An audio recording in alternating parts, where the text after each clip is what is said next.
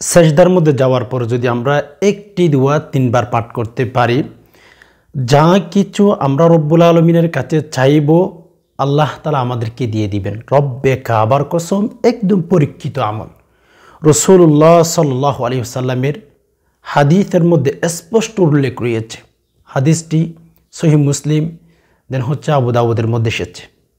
যদি সেজদার মধ্যে যাওয়ার পর কোনো নারী, কোনো পুরুষ, কোনো যুবক, কোনো যুবতী, কোনো বৃদ্ধ মানুষ সেজদার মধ্যে গিয়ে যদি দোয়াটি 3 বার পাঠ করে, আল্লাহ তাআলা তাকে ফিরাবেন না। সেজন্য আপনার মনের মধ্যে যে সমস্ত আশা থাকুক না কেন, আজকের শেখানো দোয়াটি পাঠ করেন, দেন সেজদার মধ্যে চলে যান।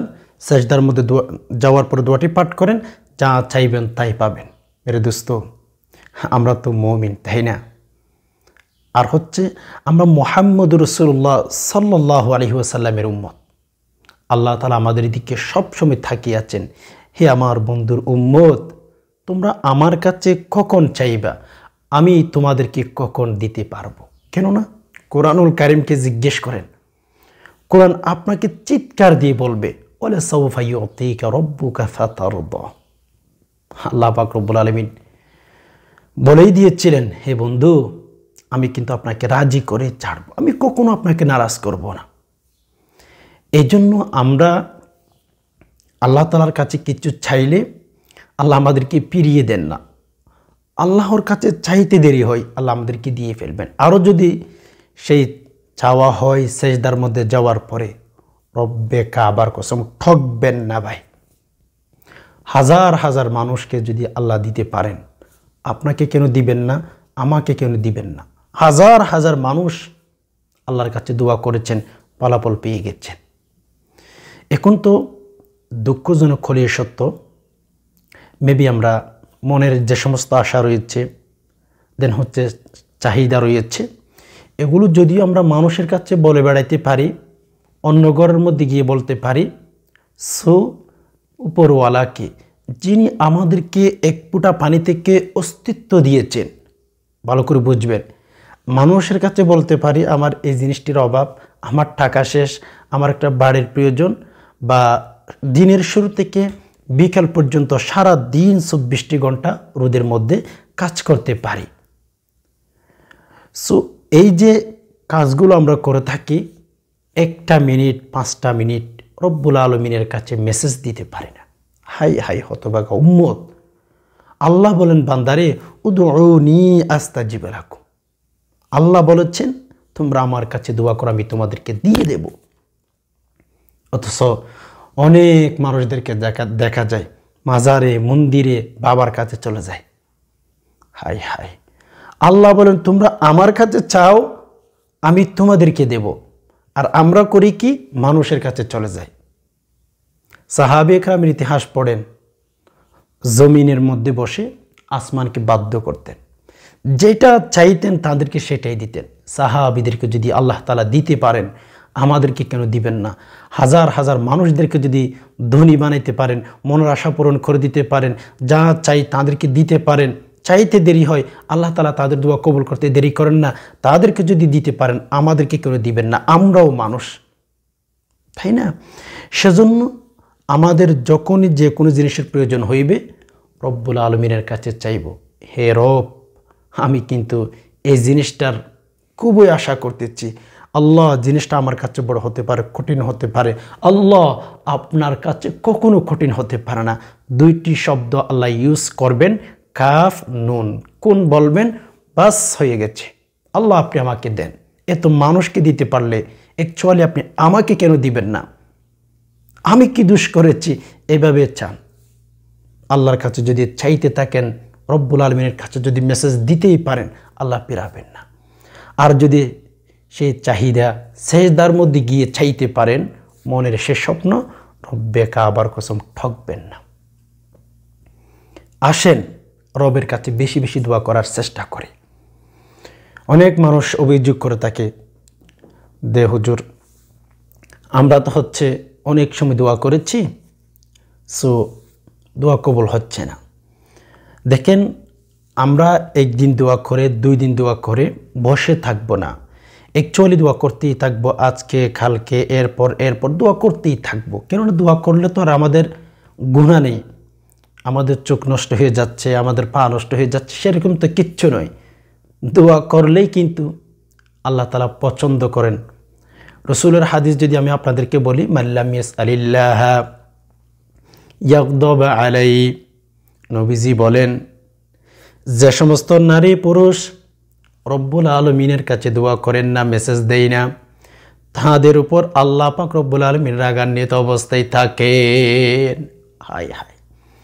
আর যে সমস্ত মানুষ রব্বুল আলমিনের কাছে দোয়া করে মেসেজ দেয়, আল্লাহ পাক রব্বুল আলমিনের কাছে চাইতে থাকেন, কান্নাকাটি করতে থাকেন, আল্লাহ তাআলা তাদেরকে দিয়ে পেলেন, তারা প্রিয় বান্দা হয়ে যায়। সেজন্য চাইতে থাকেন, আল্লাহ পাক রব্বুল আলমিনের কাছে চাইতে থাকলে আল্লাহ তাআলা অনেক অনেক খুশি থাকেন সেই বান্দার উপরে। আমি যদি একটু আপনাদেরকে বুঝাই দুনিয়াবি উদাহরণ দিয়ে, একজন মানুষ যদি আপনার পেছনে থাকে, আপনার কথা মতো চলে, আপনি যাই বলেন তাই করেন, আপনার কাছে যা চাই আপনি টুকটাক কিছু দিয়ে থাকেন, টুকটাক কিছু যদি দেওয়ার পরে ওই ঘরের মানুষগুলো যদি আপনার কথা মতো চলে, আপনার যদি ভালো লাগতে পারে, বান্দা মানুষ হিসাবে আপনার অনেক ভালো লাগে আমি জানি।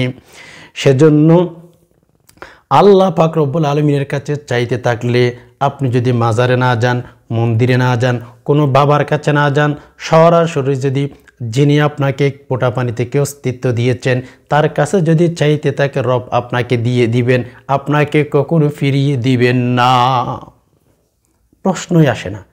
আপনাকে ফিরাবেন তো ফিরাবেন কি জন্য? কি দোষ করেছেন আপনি? আল্লাহ আপনাকে সৃষ্টি করেছেন, আল্লাহ তাআলার কাছে আপনি চাইবেন, আল্লাহ তাআলা আপনাকে দিবেন, এটা কখনো হতে পারে না। মেরে দোস্ত, আসেন বুঝার চেষ্টা করি আমাদের আল্লাহ কেমন। হাদিসের মধ্যে এসেছে, হাদিসে কুরসির মধ্যে, কোনো বান্দা যদি রব্বুল আলমিনের কাছে দোয়া করেন, রব্বুল আলমিন ফেরেশতাদেরকে বলে থাকেন, হে ফেরেশতাগণ, আমার ওই বান্দা দেখো কি জন্য দোয়া করতেছে। তখন ফেরেশতাগণ বলতেছেন, আল্লাহ তার মনের মধ্যে আশার স্বপ্ন রয়েছে, আল্লাহ তাকে দিয়ে দেন, অনেক দিন ধরে দোয়া করতেছে।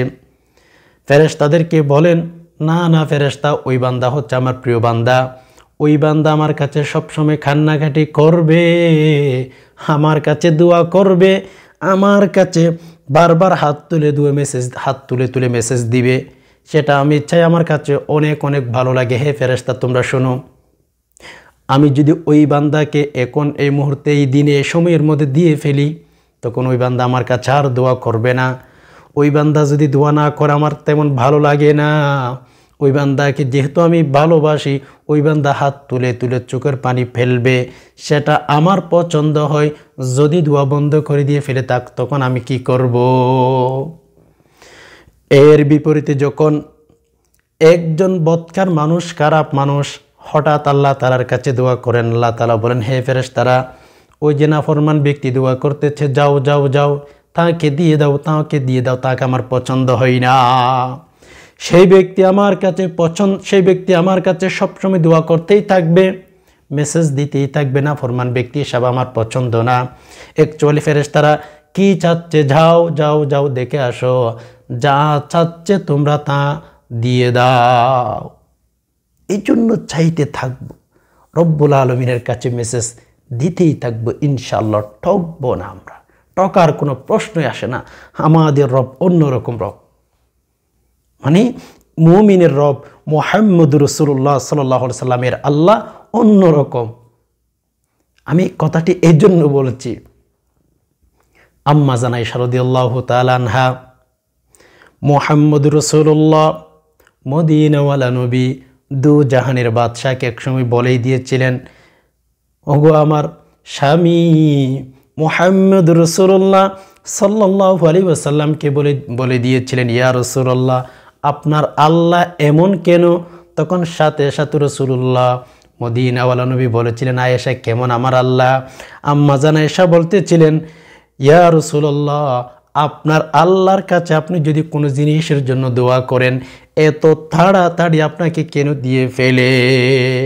এটার জন্য আমি বলছি, ইয়া রাসূলুল্লাহ, আপনার আল্লাহ আপনাকে এত তাড়াতাড়ি কেন দিয়ে ফেলেন?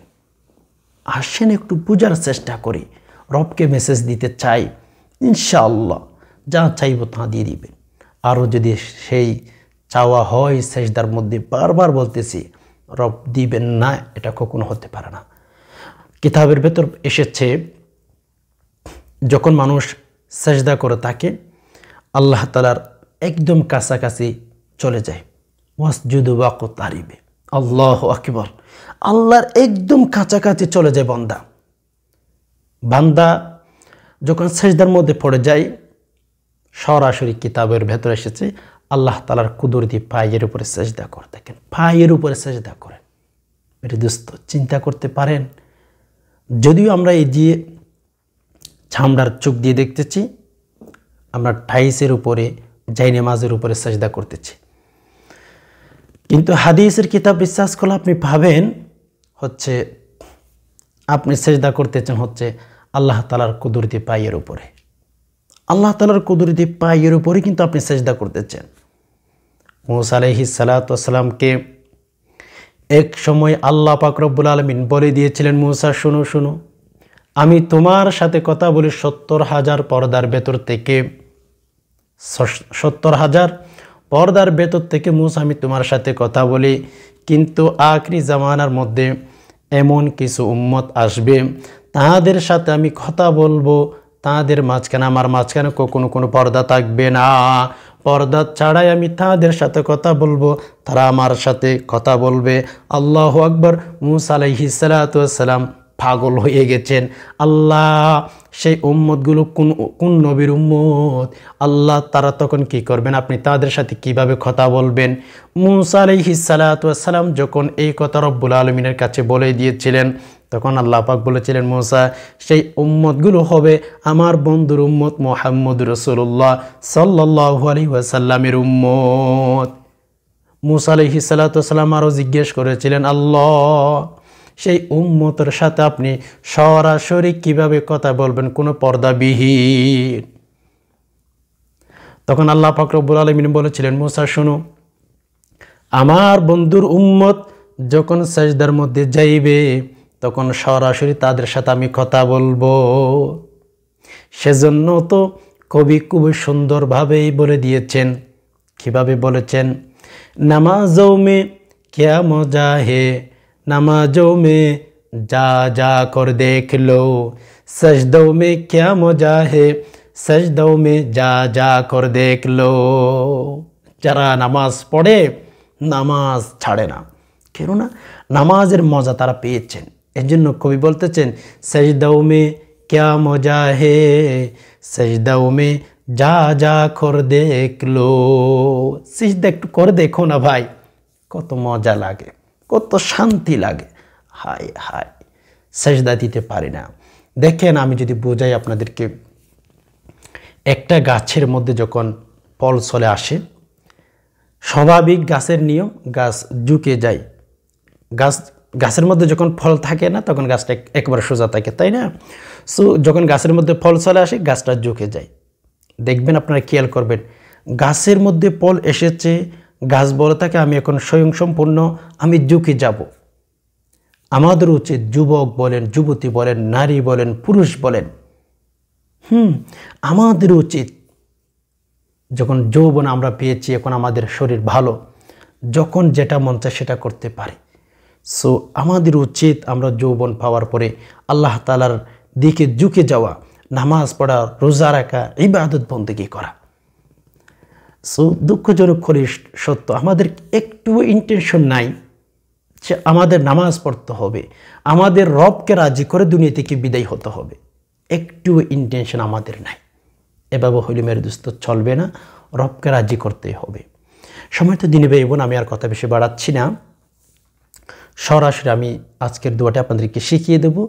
আজ থেকে, এখন থেকে, এই মুহূর্তে থেকে আপনারা আমল করে দেখেন, ট্রাই করে দেখেন, ইনশাল্লাহ পাবেন, ঠকবেন না। সেজদার মধ্যে গিয়ে আপনি দোয়া করবেন, আপনি পাবেন না, এটা কে বলেছে আপনাকে? কে বলেছে? সম্মানিত দিনী ভাই বোন, আমরা অনেকে মনে করে থাকি যে শুধু নামাজের মধ্যে সেজদা করা যায়, অন্য সময় সেজদা করা যায় না। আমি বলবো, হ্যাঁ, নামাজের মধ্যে সেজদা করতে পারেন, সো নামাজ ছাড়া অন্যান্য সময়ের মধ্যে আপনি সেজদা দিতে পারেন। বলে কেমনে? আমি যদি বলি, একটা সুসংবাদ আপনি পেয়েছেন, তো আপনি সে সময় শুকরিয়া হিসাবে একটি সেজদা দিতে পারেন, দুটি সেজদা দিতে পারেন। আর কোনো বিপদের খবর এসেছে আপনার কাছে, অ্যাকচুয়ালি তখন সেই বিপদ থেকে যেন রক্ষা পেয়ে যান, বিপদ যেন দূর করে দেন, সেজদা করতে পারেন। অনেকে মনে করে থাকে আমরা সেজদার মধ্যে গিয়ে দোয়া করতে পারি না। তবে ফরজ নামাজের চেয়ে নফল নামাজের মধ্যে বেশি বেশি দোয়া করবেন আরবিতে, ওটা সবচেয়ে ভালো হয়। সেজদার মধ্যে যেহেতু গিয়েছেন, আপনি রবের কাছাকাছি চলে গেছেন, সেজদা দিতেছেন রবের পায়ের উপরে, কুদরতি পায়ের উপরে, তো সে সময় দোয়া করলে তো একটু বেশি পায়ের রুটি পাবেন মিয়া, কেন করবেন না? কেন মানুষের কাছে বলবেন? রবের কাছে তো সেজদার মধ্যে চলে গেলে রবকে আপনি পেয়ে যাচ্ছেন, তো মানুষের কাছে বলার কি প্রয়োজন? আসেন দিন বোঝার চেষ্টা করি। মানুষের পেছনে না ছুটি, মানুষের পেছনে অনেক সময় নষ্ট করেছেন, কিচ্ছু পান নাই জুতার বাড়ি ছাড়া। একটু রব্বুল আলমিনকে ডেকে দেখেন না, আল্লাহ পাক রব্বুল আলমিনের কাছে চান, একটু দেখেন না আল্লাহ দেই কিনা, ঠকবেন না। প্রিয় দর্শক, সেজন্য আমি যেভাবে বলে দিতেছি ওইভাবে আমলটি করবেন। দেখেন, যখন আপনার মনের মধ্যে কোনো স্বপ্ন থাকবে, উজু করবেন, উজু করার পরে ভালোভাবে যেভাবে নামাজের জন্য উজু করবেন ওইভাবে উজু করবেন। উজু করার পর নফল নামাজের নিয়ত করবেন, তো 2 রাকাত নফল নামাজ আদায় করবেন, সালাতুল হাজতের নামাজ আর কি। তো নামাজের মধ্যে আমরা সকলে জানি অন্যান্য দিন যেভাবে নামাজ পড়ি ওইভাবে আমরা নামাজের নিয়ত করব, দেন হচ্ছে নামাজ পড়ব। সো যখন সেজদার মধ্যে চলে যাব, সুবহান রব্বিয়াল আ'লা, সুবহান রব্বিয়াল আ'লা, সুবহান রব্বিয়াল আ'লা 3 বার 5 বার শেষ করার পরে সেজদার তাসবিহ পাঠ করার পরে এই যে আমি দোয়াটি স্ক্রিনে উচ্চারণ দিয়ে দিতেছি, আপনি স্ক্রিনে লক্ষ্য করেন। হ্যাঁ, স্ক্রিনে লক্ষ্য করেন, দেন হচ্ছে সাথে সাথে আমার সাথে সাথে একটু রিপিট করেন, ইনশাআল্লাহ দোয়াটি শিখে নিতে পারবেন। এই দোয়াটি 3 বার পাঠ করবেন। 3 বার পাঠ করার সময় আপনার মনের মধ্যে যে একটা উদ্দেশ্য রয়েছে, স্বপ্ন রয়েছে, ওইদিকে একটু খেয়াল করবেন। ইনশাআল্লাহ আল্লাহ তাআলা মনের স্বপ্ন পূরণ করে দিবেন, ঠকবেন না ভাই, ইনশাআল্লাহ। তো দোয়াটি অবশ্যই সহিশুদ্ধভাবে পাঠ করতে হবে। আপনারা একটু খেয়াল করেন, আমি 2-1 বার করে শব্দ করে উচ্চারণ করে দেওয়ার চেষ্টা করতেছি। হ্যাঁ, 2-1 বার রিপিট করেন। কেননা দেখেন, আপনি যদি দোয়াটি শিখতে পারেন, সো ভুল উচ্চারণ করে থাকেন, ভুলে পড়া যদি আপনি সেজদার মধ্যে গিয়ে উচ্চারণ করে থাকেন, তো বিষয়টা কেমন জানি হচ্ছে, তাই না? সো আমি আপনাকে বলবো একটু সহিশুদ্ধভাবে উচ্চারণ করবেন, সেজন্য আমার সাথে সাথে রিপিট করেন। দোয়াটি হচ্ছে সুবহানাকাল্লাহুম্মা, সুবহানাকা আল্লাহুম্মা, সুবহানাকা আল্লাহুম্মা, রব্বানা রব্বানা রব্বানা, এরপর হচ্ছে ওয়া বিহামদিকা, ওয়া বিহামদিকা, ওয়া বিহামদিকা আল্লাহুম্মা গফিরলি, আল্লাহুম্মা গফিরলি। খেয়াল করেন। হ্যাঁ, সুবহানাকা আল্লাহুম্মা রব্বানা ওয়া বিহামদিকা আল্লাহুম্মা গফিরলি। খেয়াল করেন। হ্যাঁ, সুবহানাকা আল্লাহুম্মা, সুবহানাকা আল্লাহুম্মা রব্বানা ওয়া বিহামদিকা আল্লাহুম্মা গফিরলি, সুবহানাকা আল্লাহুম্মা রব্বানা ওয়া বিহামদিকা আল্লাহুম্মা গফিরলি। এই দোয়াটি সেজদার মধ্যে গিয়ে সেজদার তাসবিহ 3 বার সুবহান রব্বিয়াল আ'লা, সুবহান রব্বিয়াল আ'লা, সুবহান রব্বিয়াল আ'লা 3 বার পাঠ করার পরে এই যে দোয়াটি সুবহানাকা আল্লাহুম্মা রব্বানা ওয়া বিহামদিকা আল্লাহুম্মা গফিরলি, এই দোয়াটি পাঠ করবেন। একটু ধীরে ধীরে খেয়াল করবেন আপনার মনের স্বপ্নের যেটা রয়েছে ওই দিকে, ইনশাআল্লাহ। এইভাবে যদি বান্দারে 7 দিন কিংবা 21 দিন আমলটি করতে পারেন, রব্বে কাবার কসম, আল্লাহ আপনাকে ঠকাবেন না, ঠকাবেন না, ঠকাবেন না। চাইতে দেরি হবে, আল্লাহ দিতে দেরি করবেন না, ইনশাআল্লাহ। আশা করি বিষয়টি বুঝতে পেরেছেন। আল্লাহ পাক রব্বুল আলামিন সকল মুসলিম উম্মাহের সকলের মনের নেক আশাগুলো পূরণ করে দিক, আমিন।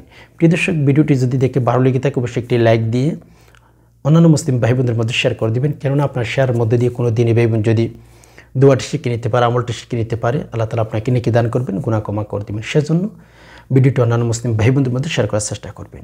এই ছিল এলোমেলো বিক্ষিপ্ত কিছু আলোচনা। এতক্ষণ পর্যন্ত যে সমস্ত ভাই বোন সময় দিয়ে সবর করে ভিডিওটি দেখছেন, আল্লাহ তাআলা আপনাদের সকলকে শান্তিতে রাখুক, নিরাপদ রাখুক, আমিন। হাদা মা ইনদি ওয়াল ইলমু ইনদাল্লাহ আলাইহি তাওয়াক্কালতু ওয়া ইলাইহি উনীব। আসসালামু আলাইকুম ওয়া রাহমাতুল্লাহি তাআলা ওয়া বারাকাতুহু ওয়া মাগফিরাতুহু ওয়া জান্নাতুহু।